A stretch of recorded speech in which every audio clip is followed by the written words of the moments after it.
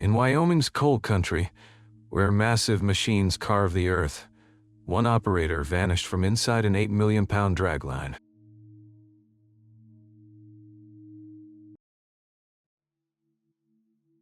At 2:47 a.m. on September 12, 2023, radio contact was lost with Marcus Whitehawk, a 15-year veteran dragline operator at Thunder Basin Coal Company's North Antelope Rochelle mine, 30 miles south of Gillette, Wyoming.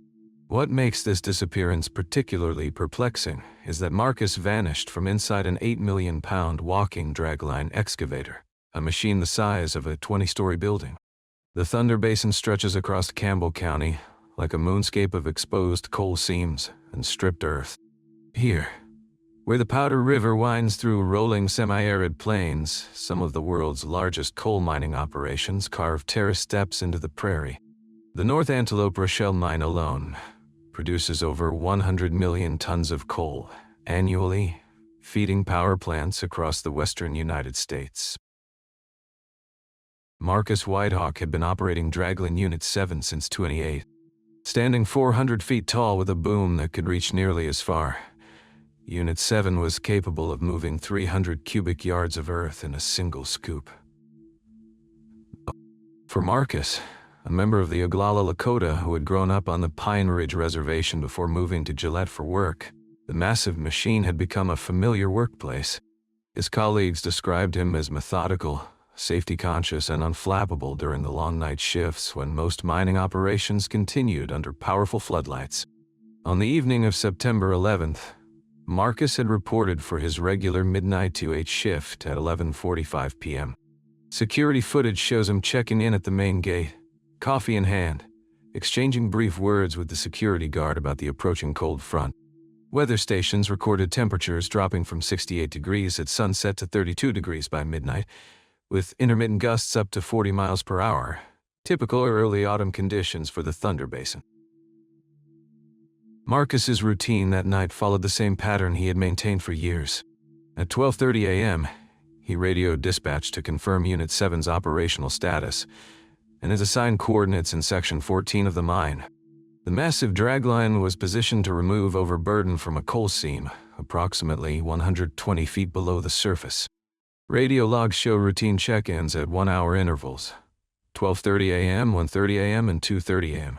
Each transmission was brief and professional, reporting normal operations and steady progress. The Dragline's computerized monitoring system recorded continuous operation throughout the night. Every movement of the massive bucket, every rotation of the boom, every step of the walking mechanism was automatically logged. According to these digital records, Unit 7 maintained steady excavation work until 2:47 a.m., when all systems suddenly stopped. Dispatch attempted to raise Marcus on the radio at 2:50 a.m., following standard protocol when operators failed to respond. The attempts continued every few minutes until 3:15 a.m., when night supervisor decided to investigate personally. The 30-minute drive through the maze of mining roads gave her time to consider possibilities: radio equipment failure, medical emergency, or simple fatigue during the long night shift. What she found at Unit 7 would defy all reasonable explanation. Mine Safety Inspector Janet Kowalski had worked in coal mining for 22 years, but she had never encountered anything like what she found at Unit 7 that morning. The massive dragline sat frozen in mid-operation, its bucket suspended 30 feet above the coal seam, diesel engines rumbling at idle. The scene looked as though Marcus had simply stepped away for a moment, except there was nowhere to step away to.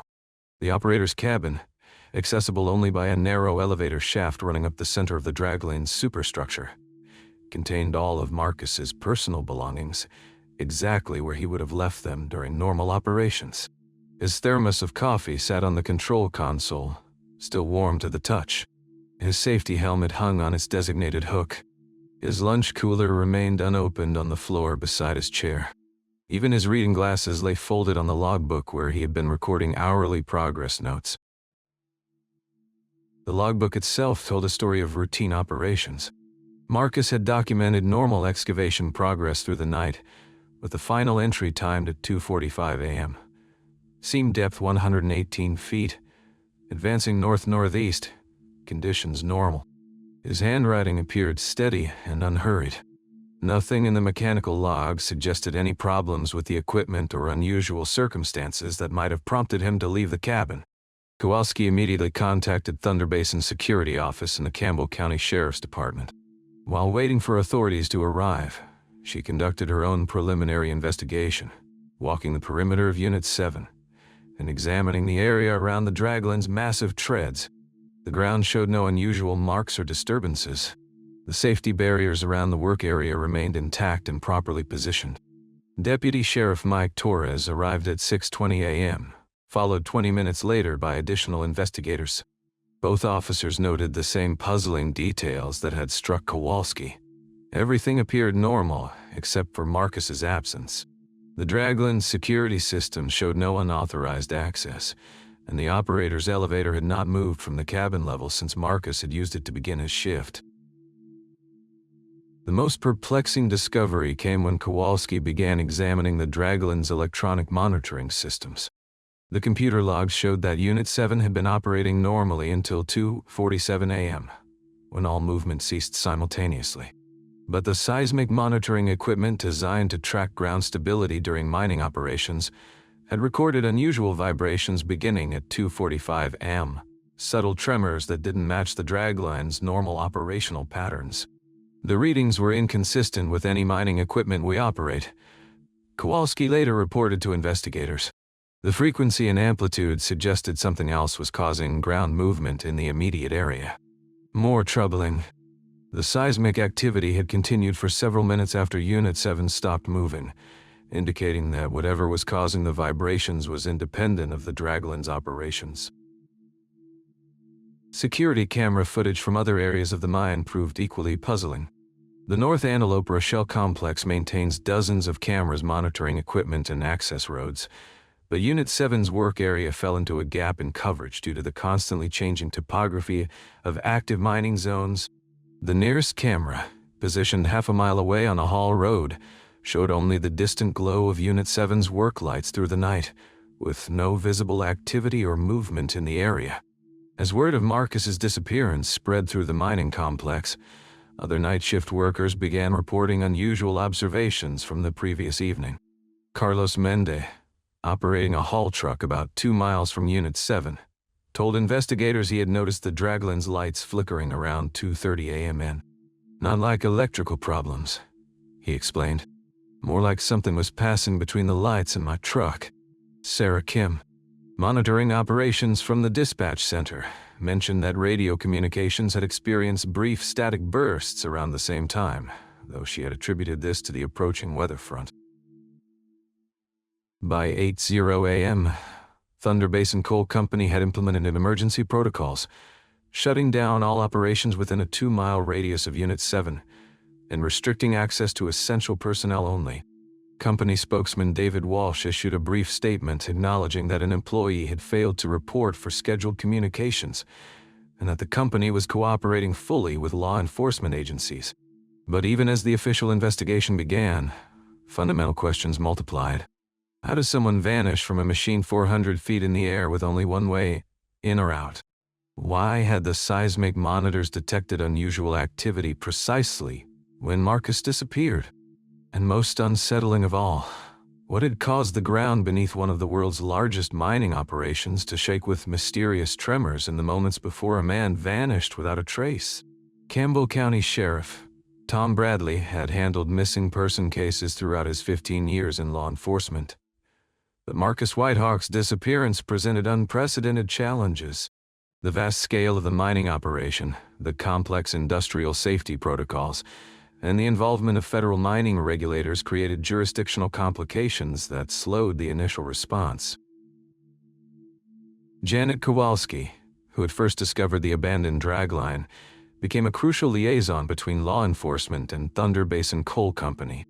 With over 12 years of experience in Wyoming mining operations, Kowalski understood both the technical aspects of Dragline equipment and the regulatory requirements governing mine safety investigations. Her preliminary report, filed on September 13th, noted several anomalies that extended beyond Marcus's simple disappearance. The seismic readings were the most significant concern. Kowalski later explained to investigators. In 15 years of monitoring mining operations, I had never seen ground vibration patterns like those recorded at Unit 7. The frequency suggested geological instability, but the timing coincided too precisely with the disappearance to be coincidental. She recommended immediate geological surveys of the entire Section 14 area before resuming operations. Thunder Basin Coal Company's response proved problematic from the beginning. Corporate executives, citing safety concerns and potential liability issues, restricted law enforcement access to large portions of the mining complex. Company lawyers argued that ongoing operations in other sections of the mine could not be disrupted without significant economic consequences, and that specialized safety equipment was required for anyone entering active mining areas. These restrictions frustrated Sheriff Bradley's investigation team. We had a missing person case in what was essentially a corporate-controlled industrial zone, Deputy Torres later recalled. Every step of our investigation required negotiating with company representatives, safety officers, and legal counsel. It was like trying to investigate a crime scene while the suspects controlled access to the evidence. Meanwhile, Marcus's wife, Elena Whitehawk, provided information that added new dimensions to the mystery. In an interview at the family's home in Gillette on September 14th, Elena revealed that Marcus had been increasingly concerned about conditions at the mine during the weeks before his disappearance. He kept talking about ground instability, she told investigators. Marcus said the dragline was hitting air pockets where there should have been solid earth, and that the company wasn't taking his reports seriously. Elena also disclosed that Marcus had been conducting his own unofficial research into the geology of the mining area. He brought home topographical maps and old geological surveys. Marcus was worried that the mining was going deeper than it should, that they were disturbing something that ought to be left alone. When investigators asked to examine these materials, Elena reported that they had disappeared from Marcus's home office sometime after his disappearance. The family's concerns extended beyond geological issues. Marcus's brother, David Whitehawk, told investigators that Marcus had been documenting what he believed were archaeological artifacts uncovered during mining operations. Marcus found pottery shards, worked stone tools, things that suggested Native American sites were being destroyed by the excavation. He was trying to figure out how to report it without losing his job.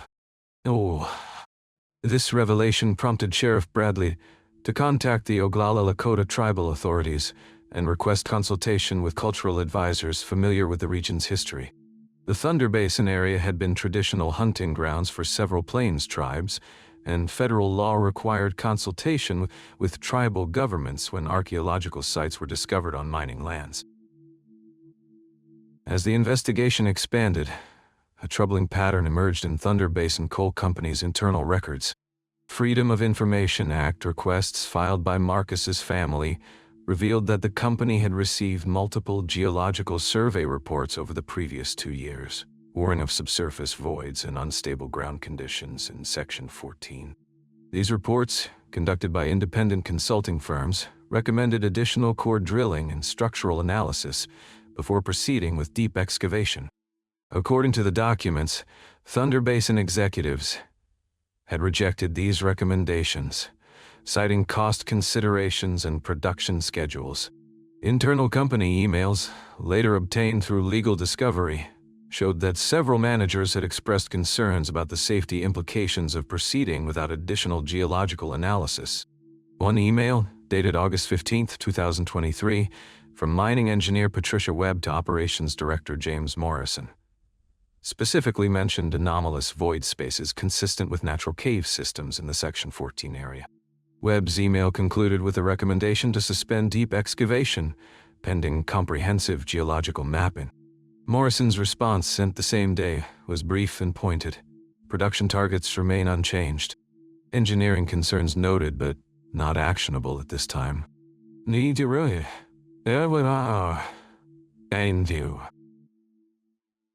These revelations raised fundamental questions about Thunder Basin Coal Company's priorities and decision-making processes. Had corporate pressure to maintain production schedules overridden legitimate safety concerns? And more critically, had Marcus Whitehawk discovered something in the depths of Section 14 that the company preferred to keep hidden? 3 days after Marcus Whitehawk's disappearance, his sister-in-law made a phone call that would change the entire trajectory of the investigation. She contacted Thomas Crowfeather, a cultural advisor for the Northern Cheyenne tribe and longtime advocate for protecting sacred sites across Wyoming's coal country. Crowfeather had been expecting this call. For months, tribal elders had been raising concerns about Thunder Basin Coal Company's accelerated mining schedule in Campbell County. The company's latest expansion had brought their massive draglines within a quarter-mile of what tribal historians identified as traditional burial grounds, areas that had never been properly surveyed for archaeological significance. "The earth remembers," Crowfeather would later tell investigators. "Our ancestors walked this land for generations. They're still here, beneath the coal seams. When you disturb sacred ground, there are consequences." Records from the Bureau of Indian Affairs revealed a complex web of treaty obligations dating back to the Fort Laramie Treaty of 1868. While the Thunder Basin area had been ceded to the federal government, specific protections for burial sites and ceremonial locations were supposed to remain in effect. According to tribal attorney Maria Standing Bear, Thunder Basin Coal Company had been operating under permits that may not have properly addressed these treaty requirements. As investigators examined Marcus Whitehawk's background more closely, a fuller picture began to emerge. Marcus wasn't just a dragline operator. He was also a member of the Oglala Lakota Nation, enrolled with the Pine Ridge Reservation in South Dakota. His co-workers described him as someone who took pride in both his technical expertise and his cultural heritage. Janet Kowalski made a startling discovery while reviewing Marcus's work logs. Over the past 6 months, he had been documenting what he called unusual formations in the coal seams. His handwritten notes described carved stone and organized bone deposits that didn't match typical geological patterns. More significant were Marcus's personal files, found by his wife during a search of their trailer. Hidden beneath insurance papers and equipment manuals were photographs, dozens of images taken with a digital camera during his night shifts. The photos showed what appeared to be human remains and carved artifacts exposed in the coal face, items that should have immediately halted mining operations pending archaeological review. According to federal law, any discovery of human remains or cultural artifacts on public land requires immediate notification of tribal authorities and the State Historic Preservation Office. There was no record of Marcus filing such reports with Thunder Basin Coal Company. His photographs suggested he had been conducting his own informal survey, documenting findings while continuing his regular work duties.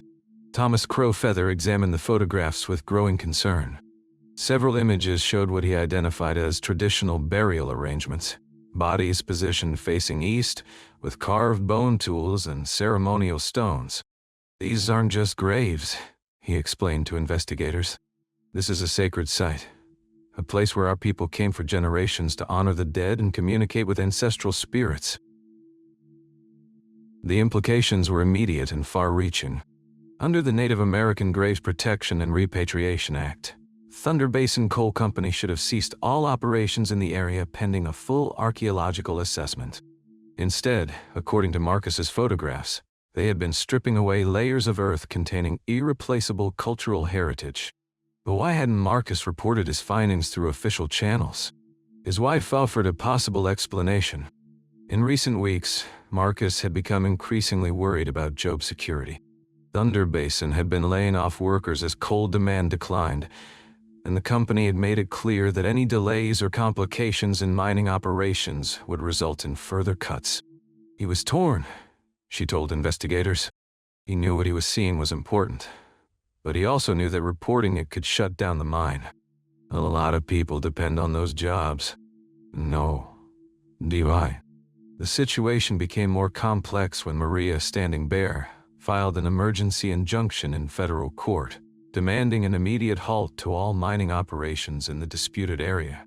Thunder Basin Coal Company's legal team responded aggressively, arguing that any claims about sacred sites were unsubstantiated and that halting operations would cost millions of dollars in lost production. As news of the legal battle spread through Campbell County, community tensions began to surface. Some residents supported the tribal claims and called for proper archaeological surveys. Others worried that environmental regulations and cultural protections were threatening the region's economic foundation. The discovery of the photographs also raised troubling questions about Thunder Basin's knowledge of archaeological sites. If Marcus had been documenting these findings for months, had company supervisors been aware of what the Draglines were uncovering? Corporate emails obtained later in the investigation suggested that at least some managers had received reports of unusual debris in the coal seams, but had instructed operators to continue excavation without delay. Meanwhile, the central question of Marcus Whitehawk's disappearance remained unanswered. Had he discovered something that powerful interests wanted to keep hidden? Or had the stress of navigating between his cultural obligations and economic necessities somehow contributed to his vanishing from that massive dragline on a cold Wyoming night? Janet Kowalski had been a mine safety inspector for 12 years, but she had never encountered anything like what she found beneath Thunder Basin's strip mining operation. Armed with specialized ground-penetrating radar and accompanied by a team of federal geologists, she began a systematic survey of the area where Marcus Whitehawk had been operating his dragline. What they discovered challenged everything officials thought they knew about the geology of Campbell County. The coal seam that Thunder Basin had been excavating sat atop a network of natural cavities and underground chambers that didn't appear on any geological survey dating back to the 1970s. The limestone bedrock shows clear evidence of karst formation. Dr. Elizabeth Martinez, a geologist from the U.S. Geological Survey, explained to investigators. Water erosion over thousands of years created a honeycomb of caves and tunnels beneath the coal deposits. It's like mining on top of Swiss cheese. No. The implications were staggering. Thunder Basin's massive draglines, each weighing over 8 million pounds, had been operating directly above unstable ground. The vibrations from their excavating buckets and the weight of the machines themselves could have been gradually weakening the underground structure for years. Seismograph data from the University of Wyoming painted an even more troubling picture. Dr. James Peterson, who had been monitoring earthquake activity in the Powder River Basin, noticed a pattern that had gone unnoticed until now. Small seismic events, micro-earthquakes registering less than 2 on the Richter scale, had been occurring with increasing frequency near Thunder Basin's mining operations. Looking at the data retrospectively, Dr. Peterson told investigators, "We can see a clear correlation between mining activity and seismic disturbance. The events cluster around the locations of dragline operations, particularly during night shifts when the heaviest excavation typically occurs." The seismic data from the night of Marcus's disappearance was particularly unusual. At approximately 2:45 a.m., just 2 minutes before radio contact was lost with Marcus, monitoring stations recorded a micro-earthquake measuring 1.8 on the Richter scale, centered directly beneath his dragline's position. Other dragline operators, when interviewed by investigators, revealed a pattern of strange incidents they had previously dismissed as routine equipment problems. Ray Hutchinson, who operated the dragline on the adjacent pit, described experiencing unexplained vibrations that seemed to come from below ground rather than from his machine. "It's like the earth was humming," Hutchinson told investigators. "You'd feel it through the operator cabin floor. This low-frequency vibration that would last maybe 30 seconds, then stop. We figured it was just the hydraulics or maybe underground blasting from the next county over." Mike Chen, another operator with 15 years of experience, reported similar phenomena. His dragline's computer systems had been experiencing intermittent malfunctions for weeks before Marcus's disappearance. Sensors giving false readings, hydraulic pressure warnings that didn't correspond to actual system problems, GPS coordinates that would suddenly shift by several hundred yards. The machine's brain was getting confused, Chen explained, like something was interfering with the electronics. Management kept sending out technicians, but they never found anything wrong with the equipment. Likewise. Kowalski's investigation revealed that Thunder Basin Coal Company had been aware of some underground stability issues, but had not shared this information with operators or safety officials. Internal company memos, obtained through a federal subpoena, showed that geotechnical engineers had recommended additional ground stability surveys as early as 6 months before Marcus's disappearance. The recommendation had been rejected by company executives, citing cost concerns and production schedules. A memo from Thunder Basin's operations manager stated, "Draglines have been operating safely in similar conditions throughout the Powder River Basin for decades. Additional surveys would delay coal shipments and impact quarterly projections." More disturbing were the discovery reports filed by Marcus himself. His documentation of unusual formations wasn't limited to archaeological findings. He had also been noting structural anomalies in the coal face, areas where the rock layers showed unexpected voids or seemed to have been disturbed by natural processes. One of Marcus's final work log entries, dated just 3 days before his disappearance, included a detailed description of what he called breathing rock. According to his notes, certain sections of the coal seam would emit small puffs of air when excavated, suggesting connectivity to underground air pockets or cave systems. Dr. Martinez's team used specialized equipment to map the extent of the underground cave network. Their findings were remarkable. A series of interconnected chambers extending more than a mile beneath the mining operation, some large enough to house aircraft. The caves appeared to be natural limestone formations, carved by underground water flow over millennia. "What's particularly unusual, Doctor," Martinez noted, "is that these caves show signs of recent geological activity. Fresh rock falls, newly formed openings, changes in air pressure that suggest the system is still evolving." The timing couldn't be coincidental. The increased mining activity, the weight of the massive draglines, and the vibrations from excavation had apparently destabilized an underground system that had remained stable for thousands of years. The micro-earthquakes detected by Dr. Peterson's instruments suggested that the cave system was responding dynamically to the surface disturbances. But this geological evidence only deepened the mystery of Marcus Whitehawk's disappearance. Even if underground instability had somehow caused his dragline to shift or tilt, the operator cabin was designed to protect against such events. Safety systems should have activated. Emergency protocols should have been followed. Instead, Marcus had simply vanished, leaving behind a running machine and an underground world that was proving far more complex and dangerous than anyone had imagined. The question remained, what connection, if any, existed between the unstable cave system and the disappearance of the man who had been documenting its effects? Within 48 hours of the geological survey revealing the extensive cave system beneath Thunder Basin's mining operation, corporate lawyers from Denver arrived in Campbell County.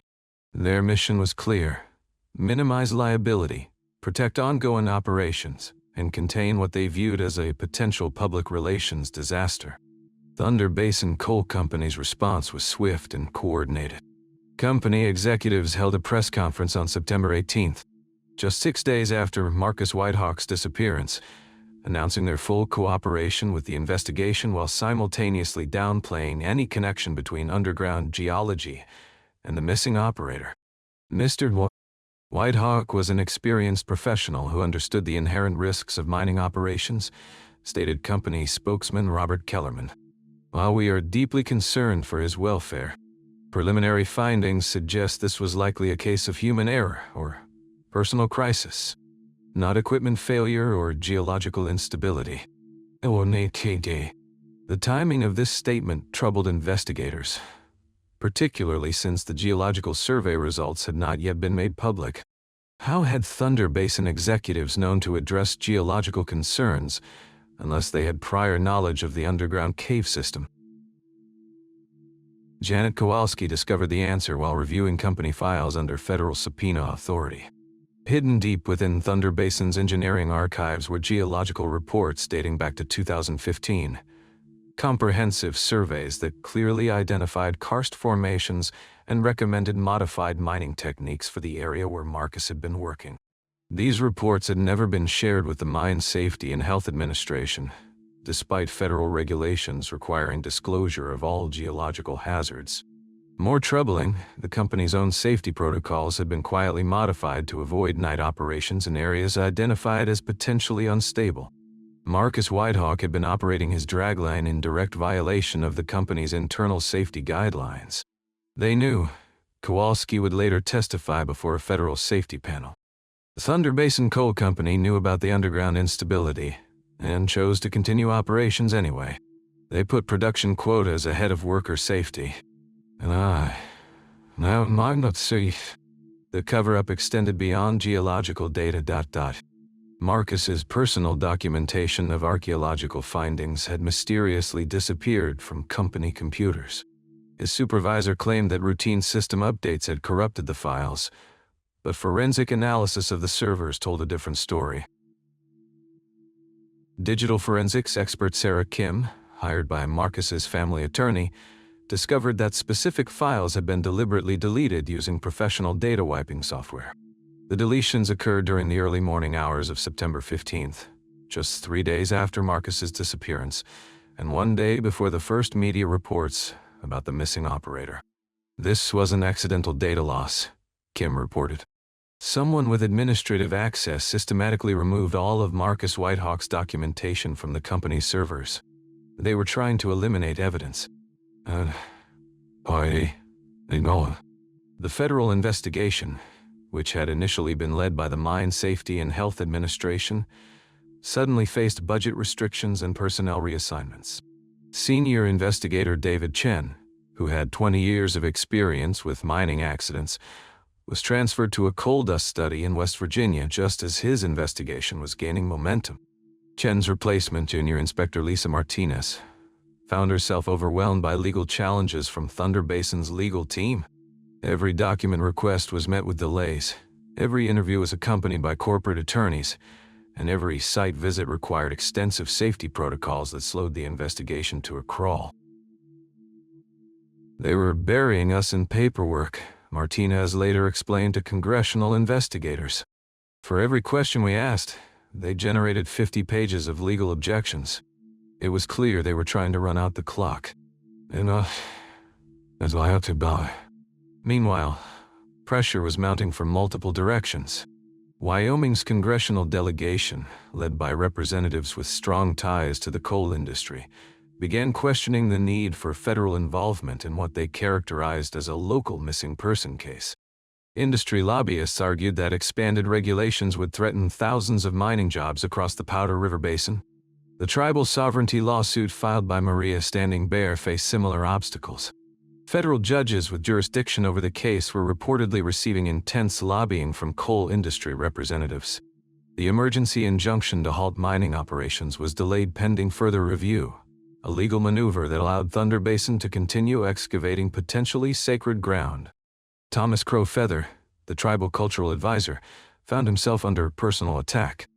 Anonymous flyers appeared in Campbell County communities claiming he was an outside agitator trying to destroy local jobs. His truck was vandalized twice, and he received threatening phone calls warning him to drop the sacred site claims. They wanted to discredit me personally, rather than address the evidence, Crow Feather later told investigators. It's an old tactic. Attack the messenger when you can't refute the message. The most disturbing development came when Marcus's wife, Elena Whitehawk, was approached by Thunder Basin representatives offering a substantial financial settlement in exchange for her agreement to stop cooperating with investigators. The offer, delivered by a company attorney at her trailer home in October 2023, included full college tuition for her 2 children and a cash payment equivalent to 10 years of Marcus's salary. The settlement offer came with one condition. Elena would have to sign a non-disclosure agreement preventing her from discussing Marcus's disappearance or any company documents he may have shared with family members. Elena Whitehawk refused the offer, but its existence raised troubling questions. Why was Thunder Basin Coal Company so eager to silence the missing man's family? What information did they fear Marcus had shared with his wife? As the investigation entered its 4th week, a pattern was becoming clear. Thunder Basin Coal Company wasn't just defending against liability claims. They were actively working to suppress information about Marcus Whitehawk's disappearance and the dangerous conditions that may have contributed to it. 6 months after Marcus Whitehawk vanished from his dragline, Thunder Basin Coal Company's mining operations remained suspended. The federal injunction filed by tribal representatives had been upheld by the 10th Circuit Court of Appeals, pending a comprehensive archaeological survey of the entire mining area. The silence that had settled over the strip mines was profound. Where once massive machines had roared through day and night shifts, now only wind moved across the terraced landscape. Local residents reported that they could hear sounds they hadn't noticed in years. The calls of meadowlarks, the rustle of prairie grass, and something else that was harder to define.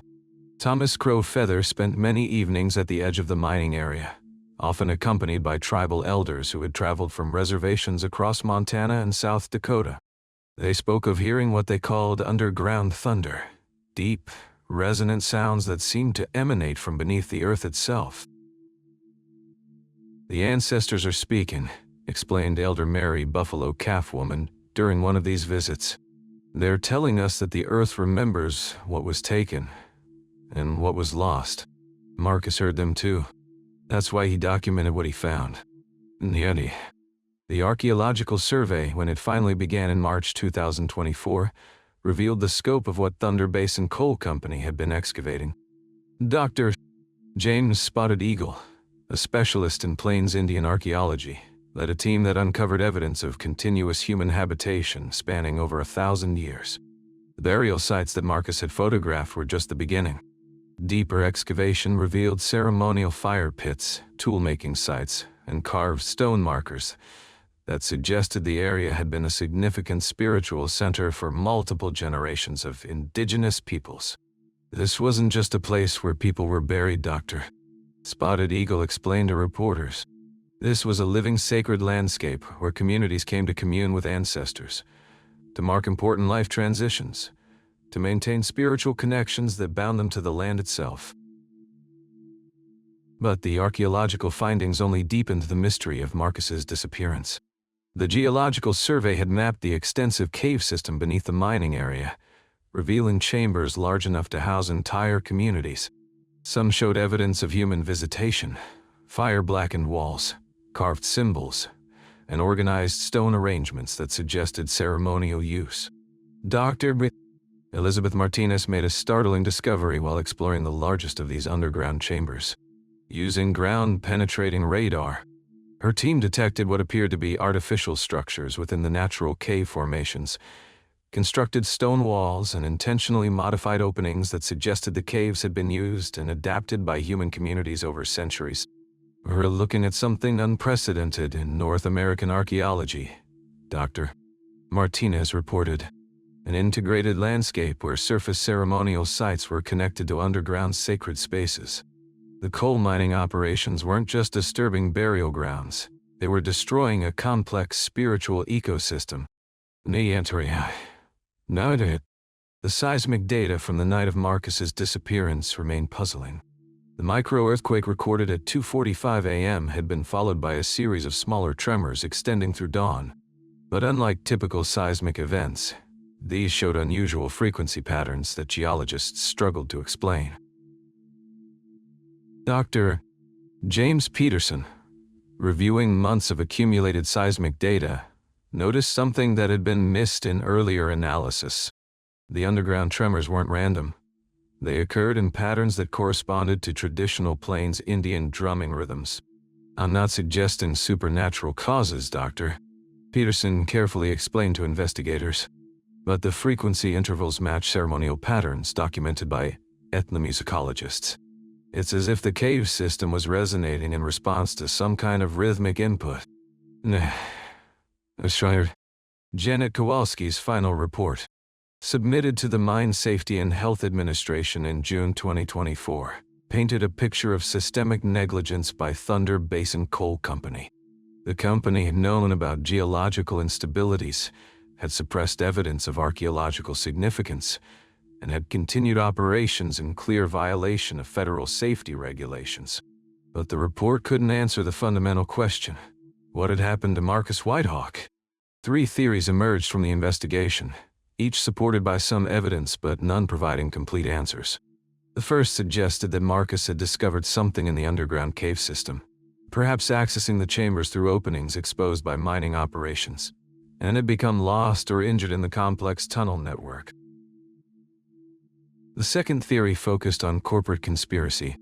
According to this interpretation, Marcus's documentation of archaeological sites and safety violations had made him a liability to Thunder Basin Coal Company. His disappearance might have been arranged to prevent him from reporting his findings to federal authorities. The third theory, advanced primarily by tribal elders and cultural specialists, suggested that Marcus had been called by ancestral spirits to protect the sacred sites. In this interpretation, his disappearance wasn't a tragedy, but a transformation, a joining with the spiritual forces that had been disturbed by industrial excavation. Elena Whitehawk found elements of truth in all three theories. He was a man caught between worlds, she reflected during an interview in late 2024. He understood both the machines and the land they were tearing up. He respected both the job that fed our family and the ancestors who had been buried there. Maybe that tension was more than anyone could carry. The dragline that Marcus had been operating on the night of his disappearance was eventually removed from the mining site, sold as scrap metal to a company in Colorado. But other equipment operators in the Powder River Basin reported continuing problems with unexplained vibrations, electronic malfunctions, and what they described as underground voices audible during quiet night shifts. As of 2024, Marcus Whitehawk remains missing. No trace of him has ever been found, despite extensive searches of both surface areas and accessible portions of the underground cave system. Thunder Basin Coal Company eventually declared bankruptcy, citing legal costs and regulatory delays that made their operations financially unsustainable. The land where Marcus disappeared has been returned to federal protection, designated as a national archaeological site under tribal co-management. Thomas Crow Feather serves as the primary cultural liaison, ensuring that both the surface ceremonial areas and the underground sacred spaces are protected from further disturbance. On quiet evenings, when the wind carries the sound of meadowlarks across the rolling prairie, visitors to the site sometimes report hearing other sounds: the deep rumble of underground thunder, the echo of machinery that no longer operates, and what some describe as a human voice calling from somewhere beneath the earth, still trying to tell the world what he had discovered in the darkness of Thunder Basin.